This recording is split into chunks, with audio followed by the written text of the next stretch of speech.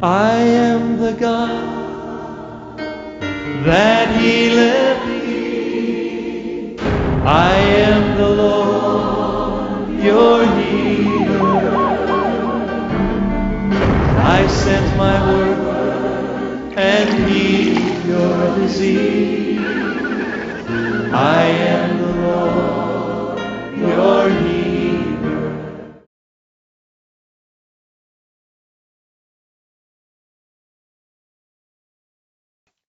இயேசு கிறிஸ்துவின் இனிய நாமத்தினாலே உங்கள் அனைவரையும் அன்போடு வாழ்த்தி இந்த நிகழ்ச்சிக்குள் வரவேற்கிறோம். இயேசுவின் தழும்புகளான நிகழ்ச்சியின் மூலமாக உங்களை மீண்டுமாக சந்திப்பதிலே பெரும் மகிழ்ச்சி அடைகிறோம். கிறிஸ்துவின் வருகையை குறித்தும் அவருடைய வருகையின் போது நிகழப்போகும் சம்பவங்களை குறித்தும் அவருடைய வருகையின் அடையாளங்களாக கர்த்தர் தம்முடைய சீஷரிடம் தனித்து பகிர்ந்து கொண்ட காரியங்களை நாம் மத்தேயு 24 அதிகாரத்திலும், மார்க்கு 13 அதிகாரத்திலும், லூக்கா 21 அதிகாரத்திலும் நாம் வாசிக்கிறோம். அந்த நிகழ்வுகளை 7 வகைகளாக பிரித்திருக்கிறோம்.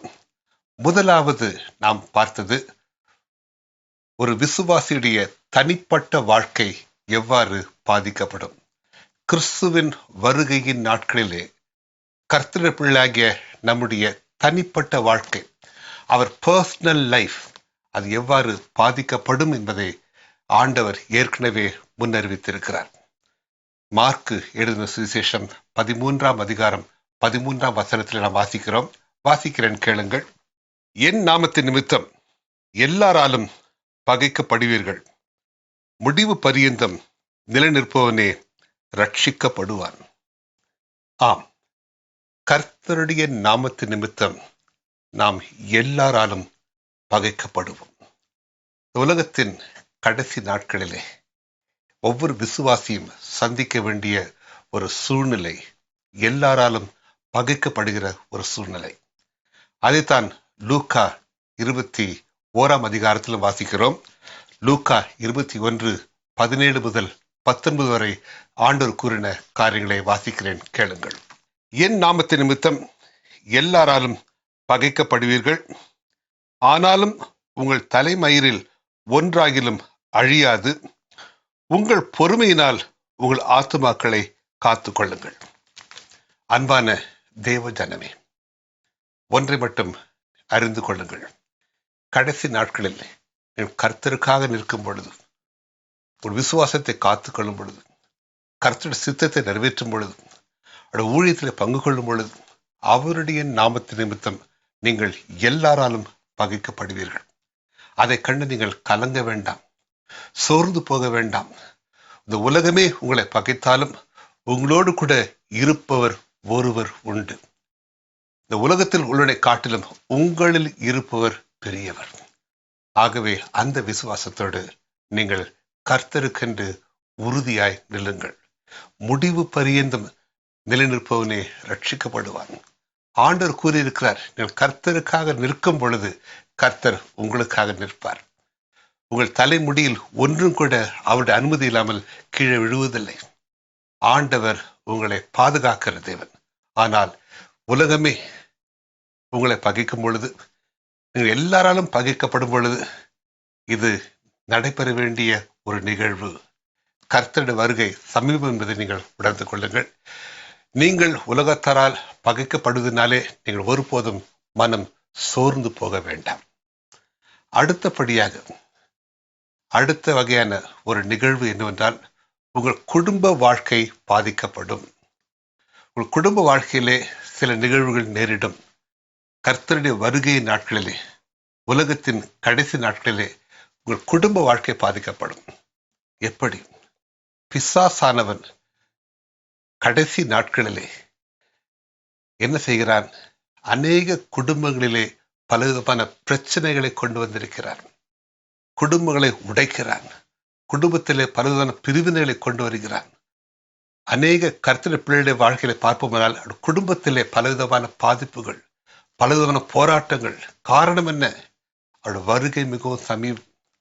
ஆகவே பிசாசானவன் கர்த்தரால் இணைக்கப்பட்ட பிணைக்கப்பட்ட குடும்பங்களில் பலவிதமான போராட்டங்களை கொண்டு வருகிறான்.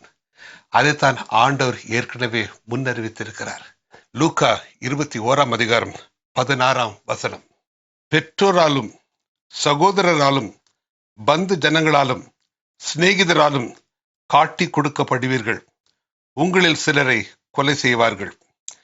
மார்க்கு 13:12 இப்படியாக கூறுகிறது.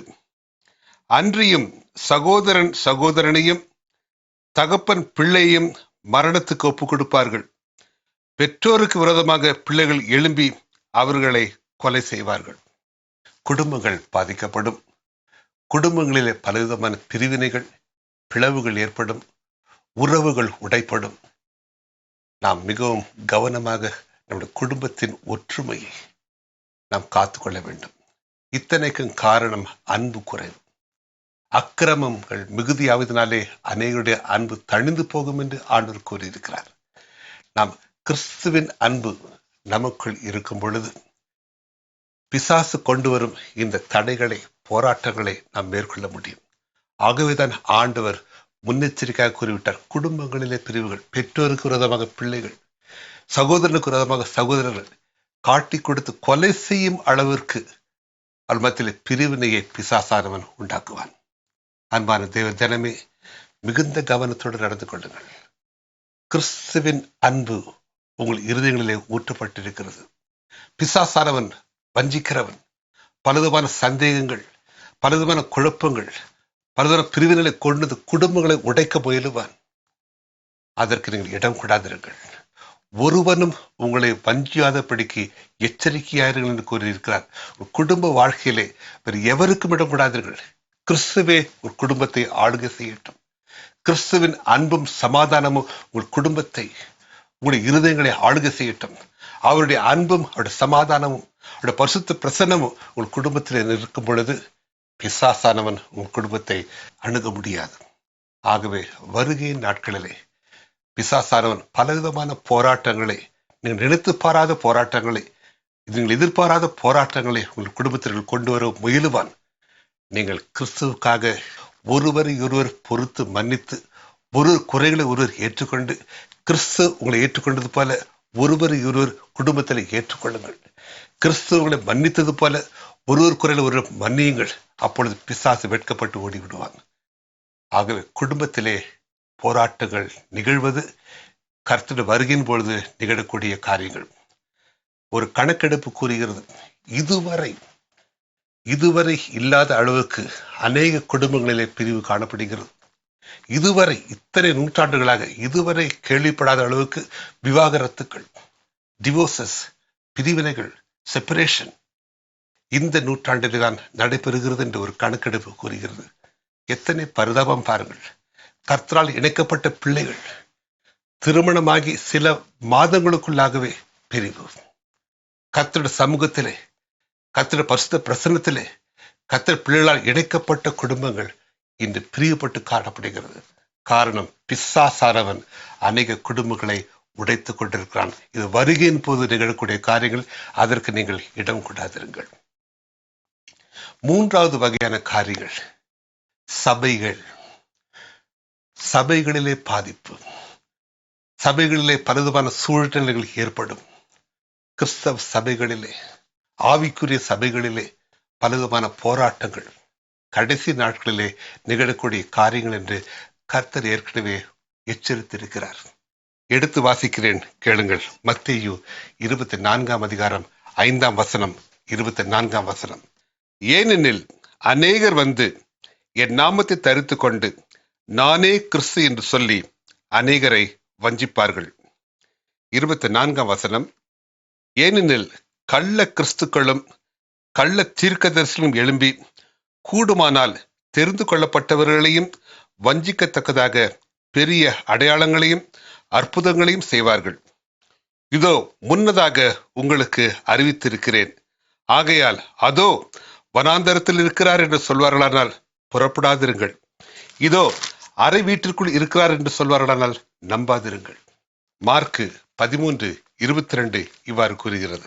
ஏனெனில் கள்ள கிறிஸ்துக்களும் கள்ள தீர்க்கதரிசிகளும் எழும்பி கூடுமானால் தெரிந்து கொள்ளப்பட்டவர்களையும் வஞ்சிக்கத்தக்கதாக அடையாளங்களையும் அற்புதங்களையும் செய்வார்கள். நீங்களோ எச்சரிக்கையாயிருங்கள், இதோ எல்லாவற்றையும் முன்னதாக உங்களுக்கு அறிவித்திருக்கிறேன். ஆம், கடைசி காலத்திலே சபைகளிலே பலவிதமான வஞ்சனைகள், வஞ்சிக்கிற ஆவிகள், பிரிவினையின் ஆவிகள். ஆண்டவராகிய இயேசு கிறிஸ்து இந்த உலகத்திலே மனிதனாக ஜீவித்த நாட்களிலே தேவாலயத்திற்குள் கடந்து சென்றார். ஜெப வீடாகிய அந்த தேவாலயத்திலே அவர் கண்ட காட்சி, அந்த ஜெப வீட்டை அவர்கள் வியாபார வீடாக, கள்ளர் குகையாக மாற்றி வைத்திருந்தார்கள். கடிந்து கொண்டார். இயேசு கிறிஸ்துடைய வைராக்கியத்தையும் சீற்றத்தையும் நாங்கள் காண்கிறோம். இன்று கூட அநேக சபைகள் வியாபார வீடாக, கள்ளர் குகையாக மாற்றப்பட்டிருப்பதை நாம் கண்கூடாக காண்கிறோம். அருவருப்பான காரியங்கள், சோதம் குமராவிலே நடைபெற்ற ஆபாசமான காரியங்கள் இன்று சபையிலே நியாயப்படுத்தப்படுகிறது. இதுதான் கடைசி கால சபை. வஞ்சிக்கப்படாதிருங்கள், மோசம் போகாதிருங்கள். அநேக சபைகளிலே மனுஷரை பிரியப்படுத்துகிற ஊழியம், கர்த்தரை பிரியப்படுத்துவதை விட மனுஷரை பிரியப்படுத்துகிற ஊழியங்கள், உலக பிரகாரமான ஊழியங்கள் நாம் காண்கிறோம். எச்சரிக்கையாயிருங்கள். கர்த்தர் கொடுத்த எச்சரிப்பு. அநேக ஊழியங்கள் பணத்தை மையமாக வைத்து ஊழியங்கள் நடைபெறுவதை நாம் காண்கிறோம். இவைகள் சம்பவிக்க வேண்டியதே கடைசி நாட்களிலே சபைகளிலே நேரிடக்கூடிய காரியங்களை ஆண்டவர் ஏற்கனவே முன்னறிவித்திருக்கிறார். தொடர்ந்து மற்ற காரியங்களை நாம் அடுத்த பகுதியில் தியானிப்போம். இன்று நாம் தியானித்த காரியம், உங்களுடைய தனிப்பட்ட வாழ்க்கை, யுவர் பர்சனல் லைஃப், உங்கள் குடும்ப வாழ்க்கை, யுவர் ஃபேமிலி லைஃப், ஒரு சபையின் வாழ்க்கை, யுவர் சர்ச் லைஃப். இந்த 3 வகையான நிகழ்வுகள், அடையாளங்கள் ஏற்கனவே ஆண்டவர் நமக்கு எச்சரிக்கையாக கூறிவிட்டார். நம்முடைய விசுவாசத்தை காத்துக்கொள்ள வேண்டியது நம்முடைய பொறுப்பு. நம் ஆகாயத்தில் பறவைகள் பறப்பதை நம்மால் தடுக்க முடியாது. ஆனால் அதே பறவை நம் தலையிலே கூடு கட்டுவதை நாம் தடுக்க முடியும். இந்த வேளையிலும் கூட உங்கள் தனிப்பட்ட வாழ்க்கை, ஒரு குடும்ப வாழ்க்கை, ஒரு சபை வாழ்க்கையிலே உங்கள் விசுவாசத்தை காத்துக்கொள்ளுங்கள். கர்த்தர் கொடுத்த அந்த அன்பையும் சமாதானத்தையும் காத்துக்கொள்ளுங்கள். பிசாசு ஓடி போவான். விசுவாசத்தை காத்துக்கொண்டவர்களாக என்ன நேர்ந்தாலும் சரி, மரணமே நேரிட்டாலும் சரி, என் நேசருக்காக நான் காத்திருப்பேன். அந்த விசுவாசத்தோடு விசுவாசத்தை காத்துக்கொள்வோம். கர்த்தர் நம்மை ஆசீர்வதிப்பாராக. ஆமென். ஆடுகளை கண்டு நீயும்